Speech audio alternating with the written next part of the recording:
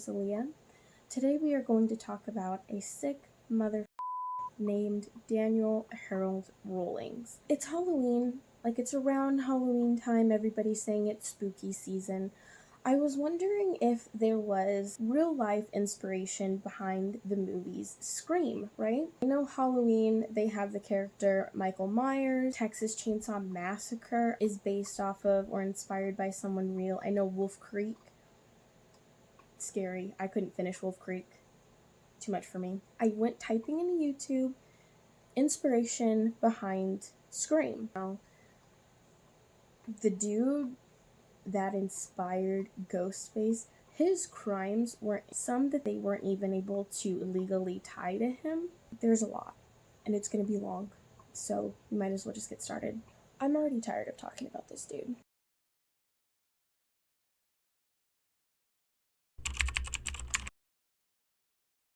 Kevin Williamson, a struggling actor and screenwriter, found inspiration for the iconic horror film Scream in March 1994.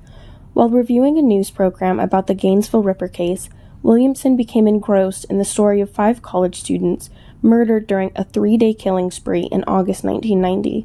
The gruesome details of the case left Williamson feeling spooked and sparked his creative process. Williamson's writing process for Scream was swift and intense. Drawing immediate inspiration from the news program, he rapidly developed the screenplay, transforming the true events of the Gainesville murders into a fictional horror plot. While incorporating elements of the real-life case, Williamson crafted a unique narrative that would ultimately redefine the slasher subgenre. Daniel Rawlings' life was marked by a tumultuous family background and a cycle of abuse that would shape his future. His parents, Claudia and James Rawling, married in 1953 in Georgia when Claudia was just 19 years old. The marriage was quickly followed by pregnancy, conceived merely 2 weeks after their wedding, which elicited a negative reaction from James. From the outset, the Rawling household was plagued by domestic violence. James was physically abusive during Claudia's pregnancy, prompting her first attempt to leave. Despite a brief reconciliation, the abuse continued after Danny's birth on May 26, 1954. James maintained a negative attitude towards his son, often subjecting the infant to verbal abuse. The physical abuse of Danny began early in his life. A particularly harrowing incident occurred during Daniel's crawling stage, and James reacted violently to his son's unusual crawling method. The event marked the beginning of a pattern of physical abuse that would persist throughout Daniel's childhood. The family's life was characterized by a cycle of separation and reconciliation. When Danny was 4 and his brother Kevin was 3, Claudia moved the family to Columbus, Georgia, fleeing James' violent behavior. However, after 6 months, James' promises and pleading led to a reconciliation. This pattern repeated itself, and another separation occurring after 4 years in Columbus, again due to James' continued violence. The abuse of the children became a daily occurrence in the Rawling household. Claudia attempted to protect her children from James' constant criticism and imagined transgressions. The abuse took various forms, including verbal abuse, physical punishment with a belt or fist, emotional manipulation, with James forbidding the children from crying. Danny bore the brunt of this abuse. The children lived in constant fear of their father, pleading with her to leave permanently. Holidays were marred by James' behavior, with birthdays going uncelebrated and Christmases ruined. The stress of this situation took a toll on Claudia's mental health, resulting in a nervous breakdown and a lengthy hospitalization. Danny's struggles manifested in various ways. He experienced frequent health issues leading to extended absences from school. His academic performance suffered, resulting in recommendations to repeat a grade and suggestions for counseling. James, however, showed no support for his son, instead berating Danny for what he perceived as failures. As Daniel entered his teenage years, the situation at home continued to deteriorate. He took his first job likely as an attempt to gain some independence, but his father's reaction to Danny's poor grades was harsh, further straining their relationship. A violent incident in the backyard between Danny and his father marked a significant escalation in their trouble relationship. Led to Danny's suicide attempt, a desperate cry for help reflected in the note he left behind. James' role as a police officer added a complex dimension to the family dynamics. See, Danny's behavior began the spiral. Daniel Rawlings' criminal history began in 1976 with an unspecified armed robbery somewhere in Mississippi. Following year, 1977, marked a series of violent incidents, including the accidental death of a woman in a car crash, the assault of his wife, Omatha and Holka, attacked on Omatha's unnamed lover, and the assault of an unidentified woman. Now, I can't find specific information on the incident concerning his wife Omatha, Omatha's lover, and Daniel, but I feel like it's safe to speculate that the incident occurred when he discovered his wife and her lover engaged in various acts.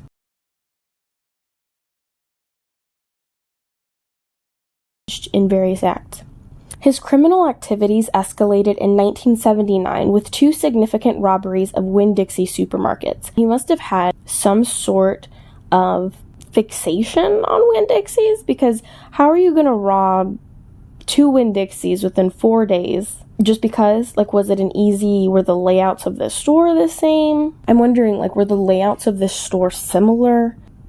In 1980, Rowling committed another robbery in Alabama, and in November of that year, he attempted to assault an unknown girl. Rowling's crime spree continued into the mid-1980s. On July 22nd, 1985, he robbed a Kroger supermarket in Clinton, Mississippi, making off with $290. Keep in mind, he's not being arrested for these crimes. His most heinous crimes occurred in the late 1980s and early 1990s. On November 4th, 1989, in Shreveport, Louisiana, Rowling murdered the Grissom family. Grandfather William, who was 55, his daughter Julie, who was 24, and Julie's son Sean, who was 8. Julie's body was found mutilated, bitten multiple times, and posed in a provocative, horrific position. The violence continued into the holiday season when, December 24th, 1989, Rowling committed a home invasion at an unspecified location, stealing $30, a bottle of whiskey, and a .38 caliber revolver. I meant .38 caliber revolver. Sorry, Dad. He's gonna disown me now.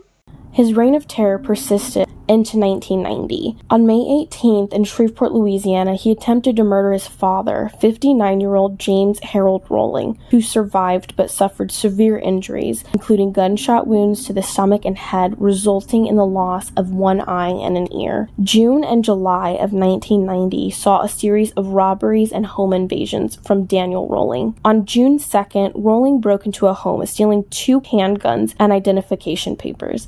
Theft of identification papers doesn't really make a whole lot of sense to me. I couldn't find any mention of him using the identification papers for any purposes at all. Not sure why he stole them, perhaps to just be difficult.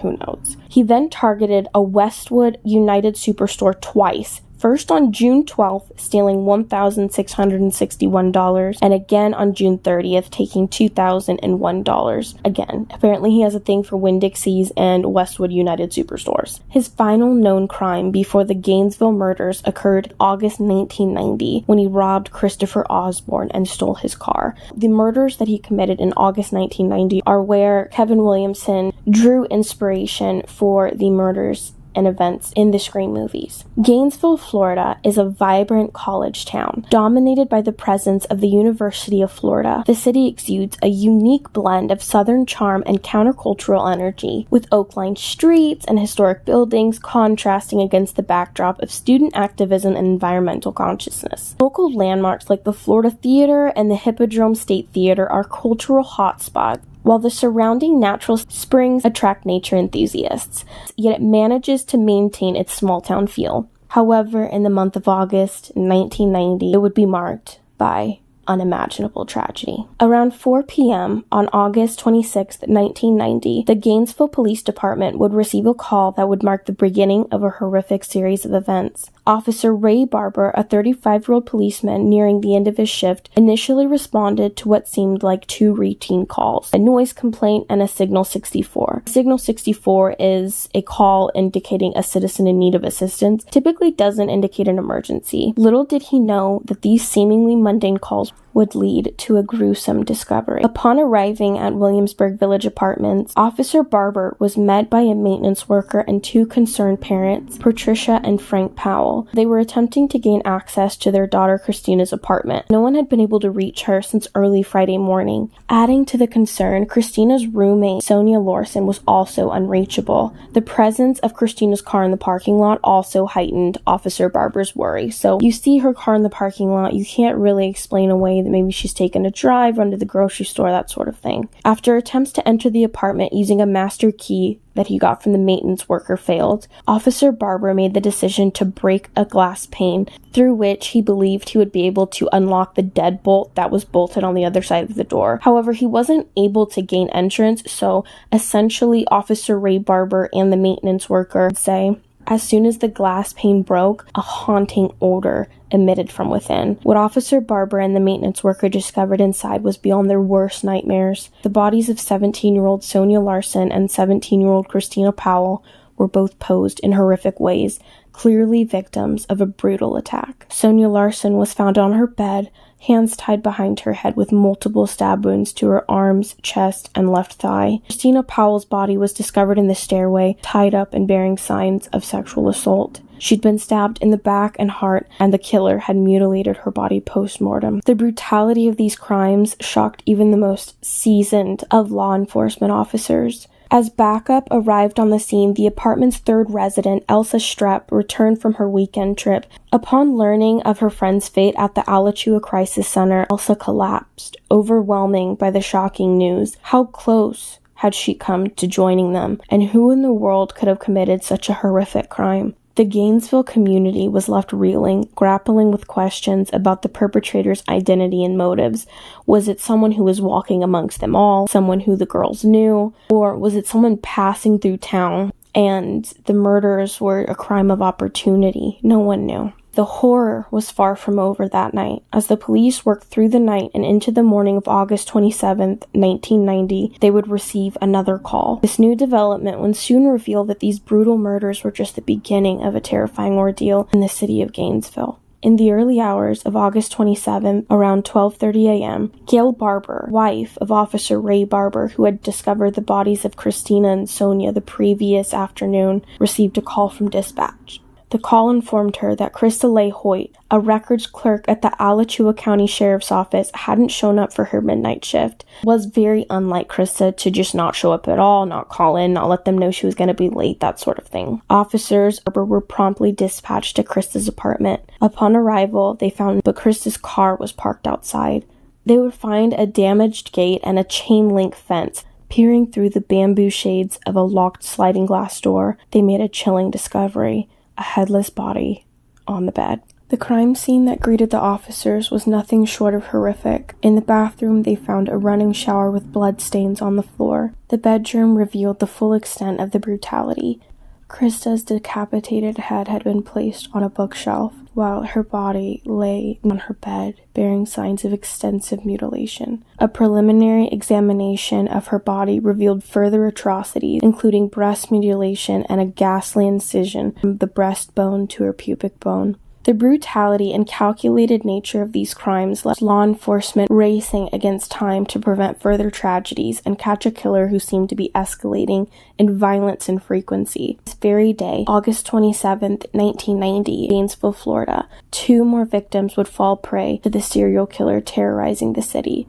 Manuel Manny R. Tobata and Tracy Inez Paulus, both 23 years old, were found dead in their shared 2-bedroom ground floor apartment at Gatorwood Apartments.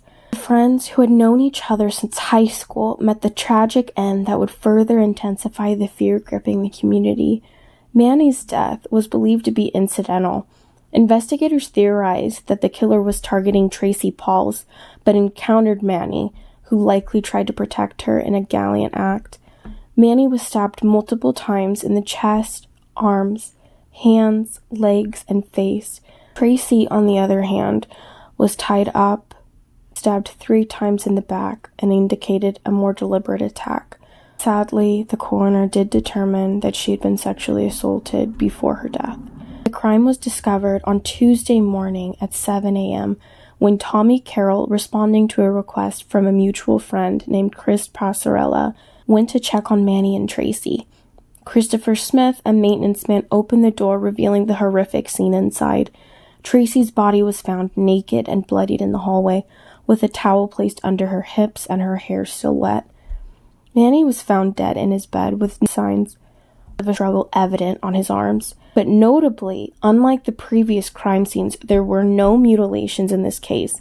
Now, a very shocking detail emerged during the initial discovery. A dark-colored bag was present at the scene. So initially, when Christopher Smith, the maintenance man, opened the door to the apartment, he could see that there was something bad had happened, okay? But in that very brief glance where he was like, oh, I need to call the cops, this is above my pay grade, there was a dark-colored bag that was near her body. However, when the police arrived, literally minutes later, the door was dead-bolted back. The door that Christopher had shut and relocked had been dead-bolted back. Not to mention, the bag was also gone. So somehow, possibly whoever had committed the crime had unlocked the door or was possibly still inside when Christopher and Tommy first entered. The brutality of these murders, coming on the heels of the previous killings, thrust Gainesville into the national spotlight, which Kevin Williamson would see years later and use for the Scream films. And media comparisons to infamous serial killers like Ted Bundy and Jack the Ripper began to circulate, and the perpetrator soon became known as the Gainesville Ripper.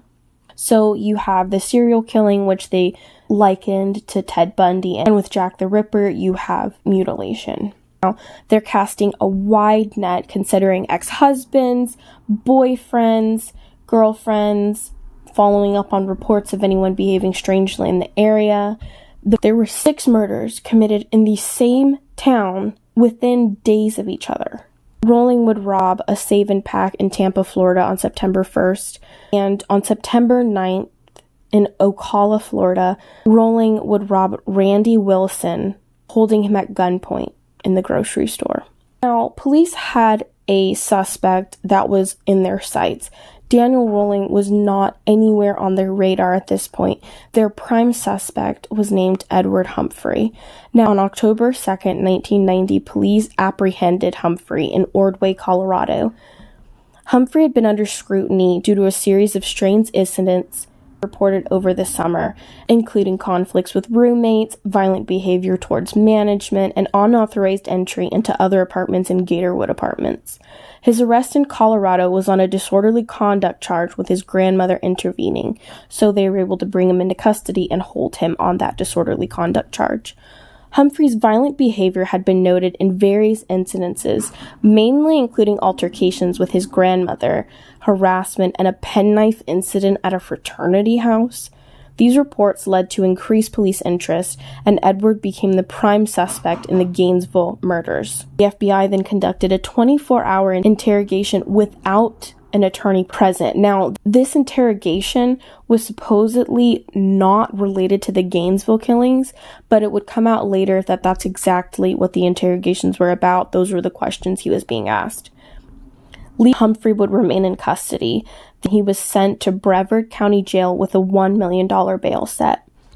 There would be a 4-day delay in obtaining a search warrant, after which Humphrey's apartment, car, and the Holvati house were searched. However, there'd be no evidence because he would be found later to have nothing to do with the murders. He would remain a suspect until 1994 when Danny Rolling was officially identified as the real Gainesville Ripper. Despite his innocence, Humphrey would never receive an official clearing of his name or a public apology. Now, on the same day that law enforcement began their surveillance of Edward Humphrey as a suspect in the Gainesville murders, August 28th, Rolling narrowly escaped arrest for bank robbery.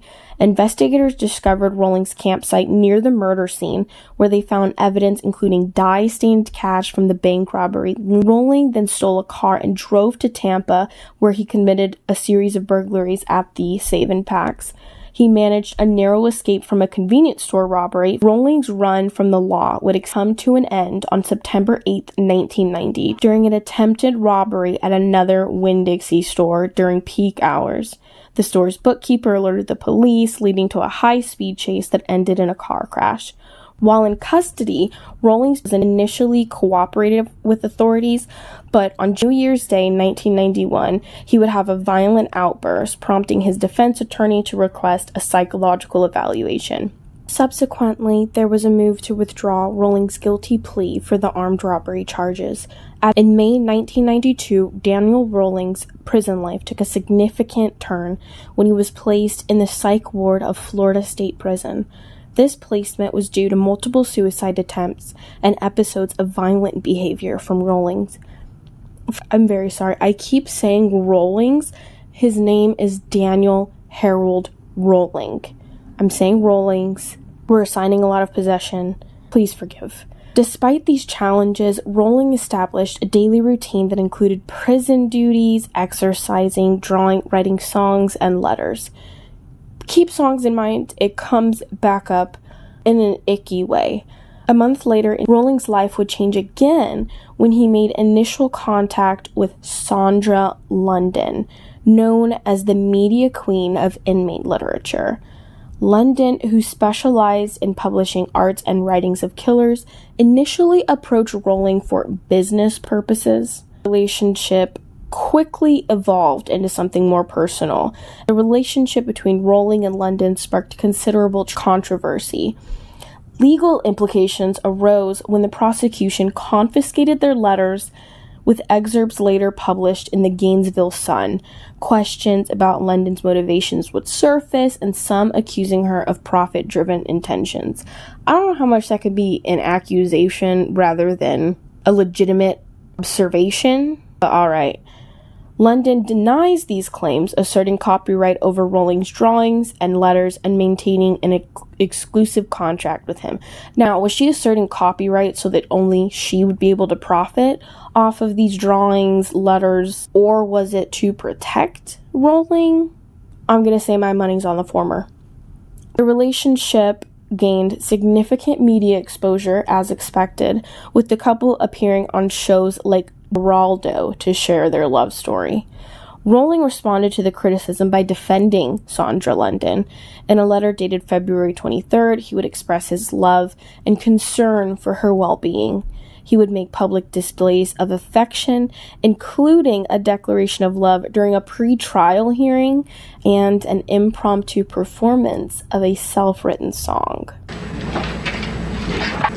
I recall the day I love you, but it was hard to say. It's so creative. Okay, listen here, bitch. I'm sick of it. He was creative with his murders as well. Dude, this is sick! The public reaction to this unusual relationship was obviously mixed. Rolling's parents expressed concern that he was being used to make money, while the general public remained skeptical about the authenticity and appropriateness of the relationship. Is this an attempt to make him seem more human despite his inhuman actions? The love affair would add another layer of complexity to the Gainesville Ripper case. However, remember, at this point in the video, he has not been officially indicted for the Gainesville murders. That would come soon. Rolling's crime in custody was marked by a series of confessions to fellow inmates. So keep in mind, you can't just be chatting to buddies. There's always someone willing to trade your special secret for something. Multiple prisoners would report these confessions, which varied in nature from remorseful to boastful. One significant relationship formed during this period was Rolling's friendship with Bobby Lewis, an inmate known for escaping Florida's death row. Rolling shared detailed accounts of the murders with Lewis and even planned a fake suicide and an escape attempt. This 3-hour confession saw Rolling confirming answers given by Lewis. He admitted to planning and committing the 5 Gainesville murders, mentioning plans for 8 murders. Think back to the homicide of the Grissom family in Shreveport, Louisiana, 55-year-old William, 24-year-old Julie, and 8-year-old Sean. Interestingly, Rowling would introduce a Gemini persona during this confession, claiming that Gemini was responsible for the murders. However, the investigators were obviously skeptical of this claim due to its connection to Exorcist Part 3, the movie. No, it wasn't me. It was the one-armed man. So, good explanation there, dude. Following the confession, Bobby Lewis was moved from the ward, leaving Rowling feel betrayed. I don't know, I just don't think this is right for me. I don't want to do it. I want to go home. I can't take the pressure of it. Rowling then found a new confidant in Rusty Binstead. He wrote the confession details in a letter to Binstead, who tricked Rowling and preserved the letter as evidence. Gotcha, bitch! As legal proceedings began, Rowling met with public defender C. Richard Parker. During this meeting, Richard expressed a desire to plead guilty, even though Parker would advise against it. You see, Parker's defense strategy involved using Rowling's history of abuse and presenting psychiatric evaluations. Despite the advice, Rowling would decide to plead guilty, motivated by a desire to avoid crime scene photos being shown in court. How are you going to commit these heinous crimes and then, not expect them to be shown in court? He would sign a 3-page plea form at Florida State Prison. Now, keep in mind, he has decided to plead guilty to the Gainesville murders. However, remember, this is Florida in 1990, so the death penalty is on the table. Rowling wanted to avoid the death penalty. Judge Stanley R. Morris was informed of his choice to plead guilty, but on February 15th, the courtroom scene was set. Few public and media members were present, along with the victims' horrified families. Rowling's own family was notably absent, with his mother ill with cancer. His fiancée, Sandra London, was of course present. Now, keep in mind, his guilty plea was not announced. The unexpected guilty plea was met with shocked silence in the courtroom and would spark a media frenzy as soon as word would reach the outside of the court. Jury selection was completed 9 days later, with the jury's task being to determine whether Rowling would receive the death penalty. The Florida law outlined 11 possible aggravating circumstances, with at least one needed for death penalty consideration. So the jury's decision process would require 7 out of 12 jurors to recommend the death penalty, with the final decision resting on the judge. Opening arguments officially began March 7, 1994. The prosecution presented several aggravating circumstances, remember they only need one, including the cold-blooded and premeditated nature of the crimes, their commission during sexual battery, their heinous, atrocious, and cruel nature, Rowling's prior felony conviction history. Defense, in turn, presented mitigating circumstances, of course, such as Rowling's mental illness at the time of the crimes, the extreme stress under which the crimes were committed. I'm sure you were under stress as you were decapitating someone. State Attorney Rod Smith presented a compelling case against Daniel Rowling. The evidence was substantial, including DNA matches from semen found at 3 of the crime scenes and various items discovered at Rowling's campsite. The items included a screwdriver, duct tape, and a pair of black pants that were determined to be stained with Manny's blood. Further evidence included a handwriting match from a note left at one of the scenes, detailed accounts of the murder and crime scenes that Rowling had shared with his fellow inmates, and proof of his purchase of a K-bar knife matching the murder weapon, a handwritten confession given to his old buddy inmate Rusty Binstead, and a videotaped confession to investigators through inmate Bobby Lewis. Smith also highlighted Rowling's extensive violent criminal history, including 8 counts of armed robbery, 1 count of attempted robbery, 1 count of armed bank robbery, and 2 counts of aggravated assault of a police officer. These crimes span across 4 different states, painting a picture of a habitual and dangerous offender. The prosecution described Rolling's methods as particularly sadistic. It would come out in court that he was believed to have tortured his victims, taunting and informing them of his planned actions before then killing them. Smith emphasized that these crimes were especially heinous and cruel, concluding that only the death sentence would be appropriate for Rolling's horrific acts. High five, Smith. The investigation revealed striking similarities between the Gainesville murders and a triple homicide that occurred in Shreveport in November of 1989.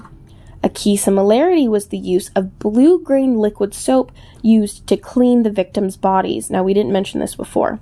The unusual detail prompted a closer comparison between the two cases. Further examination would uncover numerous parallels between the Shreveport and the Gainesville murders. Both crime scenes were thoroughly cleaned with solvents used on the victims' bodies. The perpetrator in both cases would use and then remove duct tape, would employ similar means of forced entry, and used the same type of knife. Think back to that K-bar purchase.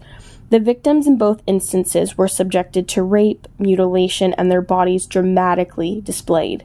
These eerie suggestions, forensic evidence played a crucial role in linking Danny Harold Rolling to the Gainesville murders. That screwdriver that we mentioned before, found at Rolling's abandoned campsite, matched pry marks at the murder scenes, indicating forced entry.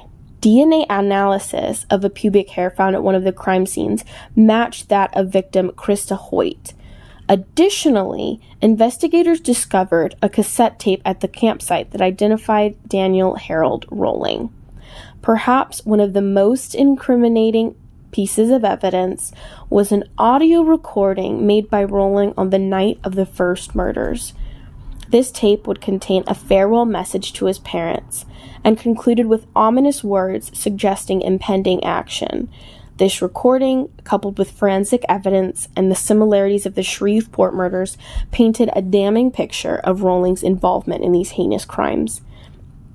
In contrast, the defense aimed to prove that despite the gravity of his crimes, Rolling did not deserve the death penalty. The defense's primary argument would again return to Rolling's mental illness, attributed to his abusive childhood.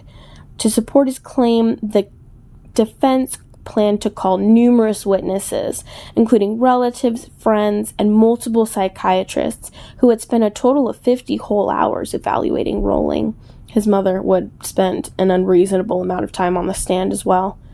The defense also intended to bring in neighbors and family members from Rolling's youth to testify about his upbringing. Claudia Rolling was set up to provide videotape testimony. The defense's focus was on painting a comprehensive picture of Rolling's background, basically to explain how, because of the constant physical and emotional abuse suffered at the hands of his father, his tumultuous family history, and used that to explain away his crimes, to evoke sympathy or understanding from the jury. The sentencing process for Danny Rolling involved a thorough review of both aggravating and mitigating factors by the judge. After careful deliberation, the judge delivered the final sentence with a recommendation from the jury: the death penalty for all 5 victims. Following the sentencing, Rolling was transferred to death row in Stark State Prison. As is standard in capital punishment cases, an appeal process was initiated, though it ultimately would prove unsuccessful in overturning the sentence. After his trial, Rolling would make a startling claim about his motivations, stating that his primary goal was to achieve notoriety, aspiring to become a superstar in the vein of infamous serial killer and rapist Ted Bundy. Despite this assertion, Rolling pleaded guilty to all charges brought against him. The court, unmoved by his explanations, would have ultimately sentenced him to death for each of the 5. When asked for his final hearing. During closing statements of his trial, Rolling would make a startling claim about his motivations. He stated his primary goal was to achieve notoriety, aspiring to become a superstar in the like and vein of infamous serial killer and rapist Ted Bundy. Despite this assertion, Rolling would plead guilty to all of the charges, as we mentioned before, and the court would be very unmoved by his explanations and would sentence him to death for all 5 murders. She passed away? Oh. All right.